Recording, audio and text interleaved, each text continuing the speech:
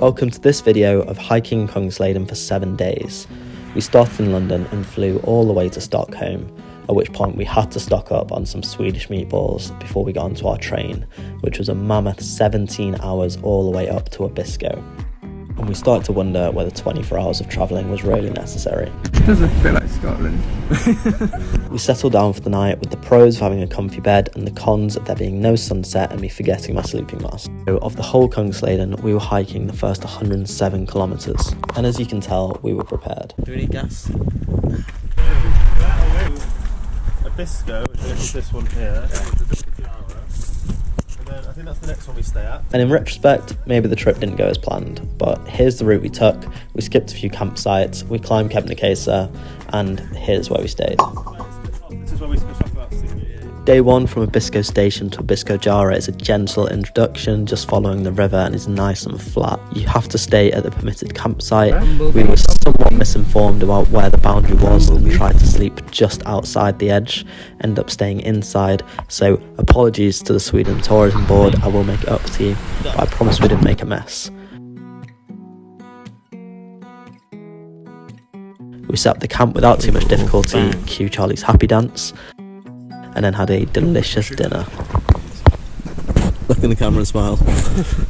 It's a Rasmus video. The Colombia video where you get the Charlie yanking. So day 2 is about 100 metres around the corner where we found the official boundary of the national park, and we headed to Alesjaure. Once you're out of the park, there's a little bit of incline, but it's not too bad. The weather really picked up.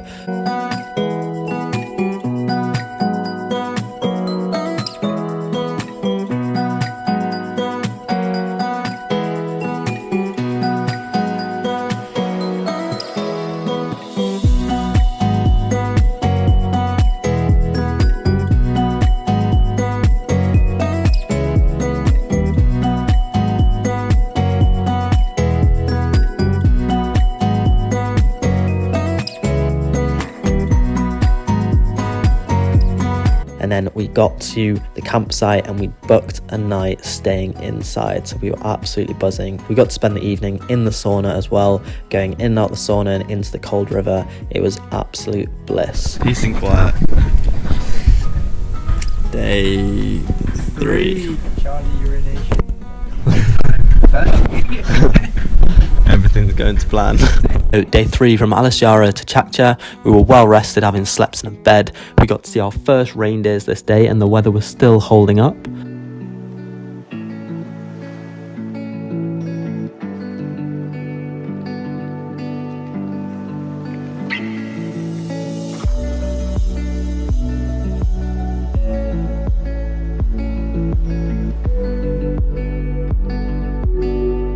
We got there without too much difficulty, and then we got to have our first time in a Swedish waterfall.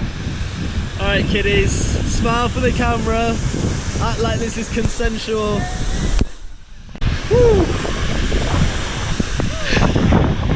Chilly. Day 4 was originally supposed to be Tjaktja to Singi, but this is where the plan deviated a little bit. We decided that we actually wanted to try and climb Kebnekaise, the highest mountain in Sweden, and if we got to spend a bit more time in the sauna there, so be it. This essentially meant we had to do 3 days worth of travel in 2 days. So we went straight past Singi, stayed halfway between there and Salka.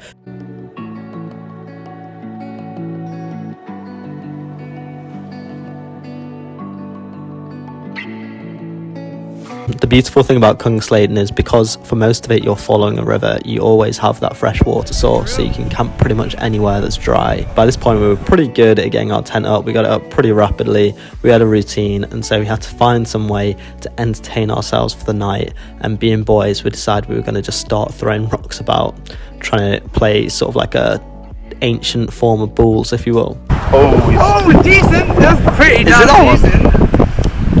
Oh! Yeah. Oh, I was aiming for a big one. Look at that. Day 5 was our trip from our halfway point all the way to Kebnekaise. We made it through Salka pretty quickly and then headed onwards. At this point the weather started to turn a little bit, went a bit overcast, started to drizzle, and Charlie got a little bit of chafing, and well, you'll see. We interrupt our program to bring you this important message. for my next magic trick.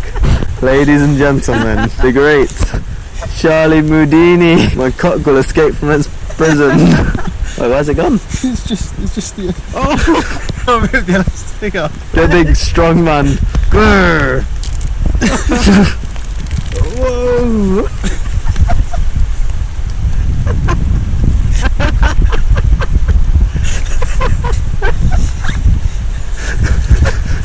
We're gonna forget, and your dad's gonna take that on this next trip. After this, it really started to get wet. It's a testament to how quickly the weather can change in the Kungsleden, so you really need to be prepared. We had to use our map for the first time because an area was flooded. We had to work our way around, but we made it to Kebnekaise. Can pay to use their facilities, which includes indoor cooking and their amazing sauna. Amazing. Day 6, we were climbing up Sweden's highest mountain, Kebnekaise, hence the early start of me looking knackered. The start of it's actually really pleasant, especially before the sun came up. It's quite cool.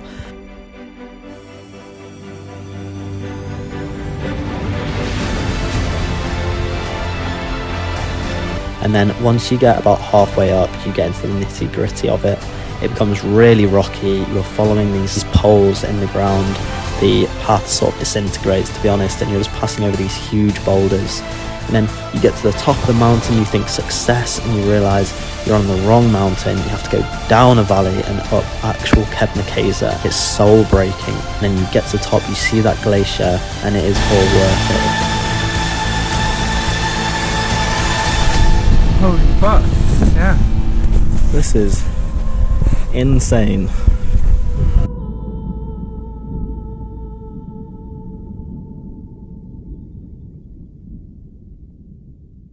Probably a bit underprepared in the fact I didn't have crampons. I was having to slide down the snow, and it was at this point that the July Swedish heat got a little bit too much for Charlie. He had to take a tactical poo, and I don't want to point fingers, but this article came out pretty soon after we got back. So our last day, we were heading to Nikkaluokta. We put serious consideration into getting the helicopter. It was less than £100 for a ride, but we'd gone this far, we weren't going to skimp out now. The walk back was actually quite pleasant, quite easy, very flat, and we were rejuvenated knowing that this was the last day. We stopped by the lake, got ourselves a little reindeer burger.